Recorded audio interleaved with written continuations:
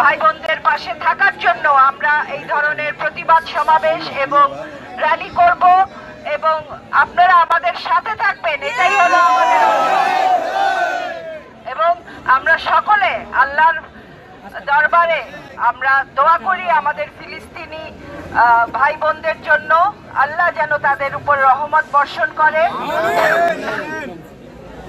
এবং এই ইসরায়েল থেকে, গাজার থেকে এবং ওয়েস্ট ব্যাংক থেকে ইহুদিদের অবৈধ ঘোষণা করা হোক। এটা ওআইসি এবং জাতিসংঘের প্রতি আমাদের অনুরোধ এবং সারা বিশ্বের মুসলিম উম্মার কাছে আমাদের অনুরোধ, আসেন এখন সময়, আমাদের ইসলামকে বাঁচাতে হবে, আমাদের ধর্মকে বাঁচাতে হবে এবং ফিলিস্তিনি ভাই বোনদের আমাদের বাঁচাতে হবে। তাদের আবাসস্থল, তাদের জন্মভূমি, তাদেরকে আমরা ফিরিয়ে দিব ইনশাআল্লাহ। ধন্যবাদ।